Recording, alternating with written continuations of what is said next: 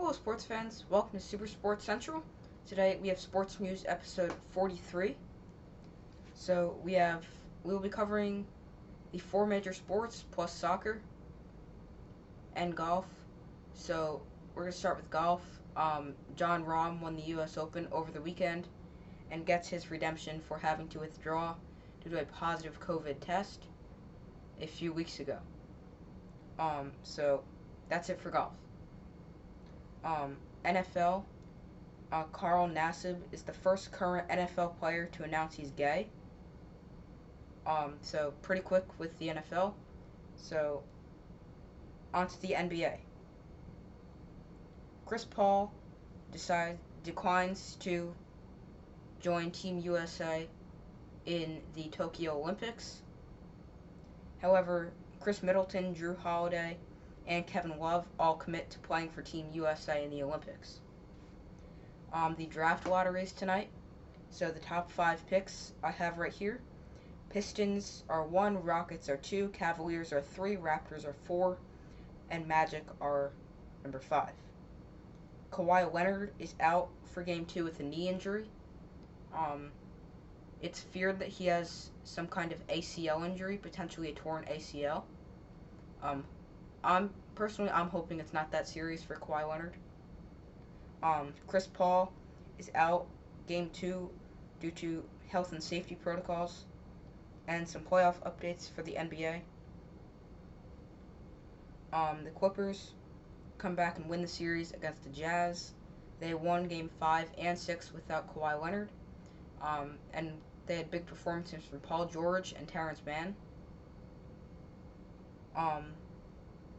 The Suns, and in the Western Conference semifinals, the Suns sweep the Nuggets 4-0. Now over to recapping the Eastern Conference semifinals. Both of the series won 7 games and were upsets. So first, the 76ers were upset by the Hawks. The Hawks came back in Game 7 to win. Now a lot of people are going after Ben Simmons for not having a very good performance, and there is now heavy trade rumors surrounding him, so it's going to be interesting to see what happens with the 76ers and Ben Simmons within the next few weeks to few months. And the Bucks beat the Nets 4-3, despite Kevin Durant having an amazing game in Game 7. Now conference finals. In the West, the Clippers and the Suns. I'd pick the Clippers here if they had Kawhi Leonard. However, I'm going to go with the Suns. The Suns currently lead 1-0, and the Clippers are currently, as I mentioned before, without Kawhi Leonard. Game 2 is being played tonight.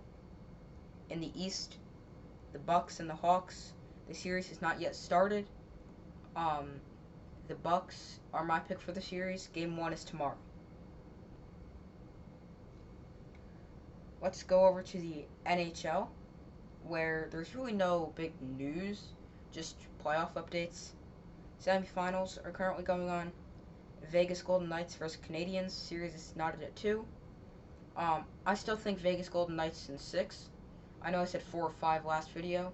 However, I've changed my prediction to 6 games, but sticking with the same team. Game 5 will be played tonight. The Lightning and the Islanders also have a series going on. Last night, the Lightning beat the Islanders with a final score of 8-0. So typically not something you see every day in a playoff game. I mean, I can see if it's like one of the best teams against one of the worst teams, but it's a playoff game. And that gave the Lightning a 3-2 series lead. Game 6 is tomorrow, and I think the Lightning clinched a series then. Let's go over to the MLB. The Yankees turned 2 triple plays in 1 week. So they turned a 1-3-6-2-5-6 triple play against the Blue Jays. So just to explain what that means, 1 is the pitcher, so in that case it was Michael King. It was a ground ball back to the pitcher, Michael King. He threw the ball to the first baseman. At the time was DJ LeMahieu. The Yankees got Luke Voit back tonight, but at the time it was DJ LeMahieu. So that's 1 out. Then to 6, that's the shortstop Gleyber Torres. he was covering second base, and there was a runner between second and third and home. He threw home to the number 2, the catcher, Gary Sanchez, who threw to the third baseman, Gio Urshela, who tagged out the runner between third and home, and then flipped the ball back to the shortstop, Gleyber Torres, covering third base to tag out the runner trying to go to third. So that's triple play number 1. And then triple play number 2 is just a traditional 5-4-3 triple play to end the game against the Oakland Athletics. So it started third, then second, then first. Urshela to LeMahieu to rookie first baseman Chris Gittens. And now they had a triple play earlier in the season, which was also a 5-4-3 triple play. And it ties the record for most triple plays by a team in a season with 3. And we're only in the middle of June, so plenty of time to break that record. The Rays call up top prospect in baseball, Wander Franco. He makes his MLB debut tonight. He has not yet recorded a hit. He's batting second in his MLB debut and playing third base. Batting second in your MLB debut is not something you see every day, so that shows that he has something special. MLB new foreign substance policy started and went into effect yesterday. Jacob deGrom was the first pitcher checked. And so now something interesting for me. Through all of this with the new rules and anything, deGrom's spin rate has not changed.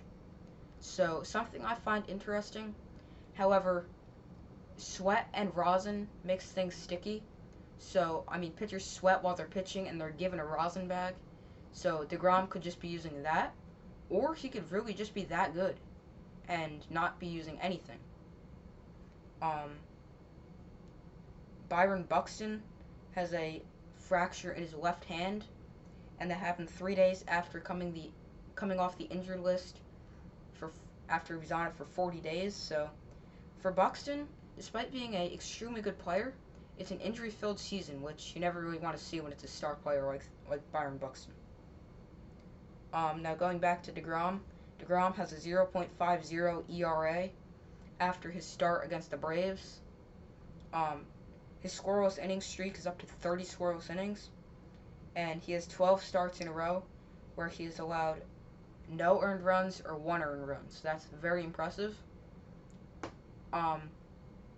So definitely very impressive for deGrom, being one of the best pitchers in baseball. Arguably the best pitcher, and having numbers like that. Yu Darvish becomes the fastest pitcher to reach 1,500 strikeouts. He needed just 197 games to do it, which is crazy fast. So Darvish sets the record for fastest pitcher to reach 1,500 strikeouts. Vladimir Guerrero Jr. declines the Home Run Derby invitation. However, something that's going to be really exciting to watch in the Home Run Derby, Angels star two-way player Shohei Ohtani has accepted the invitation, so it's going to be fun to watch him hit home runs in the Home Run Derby.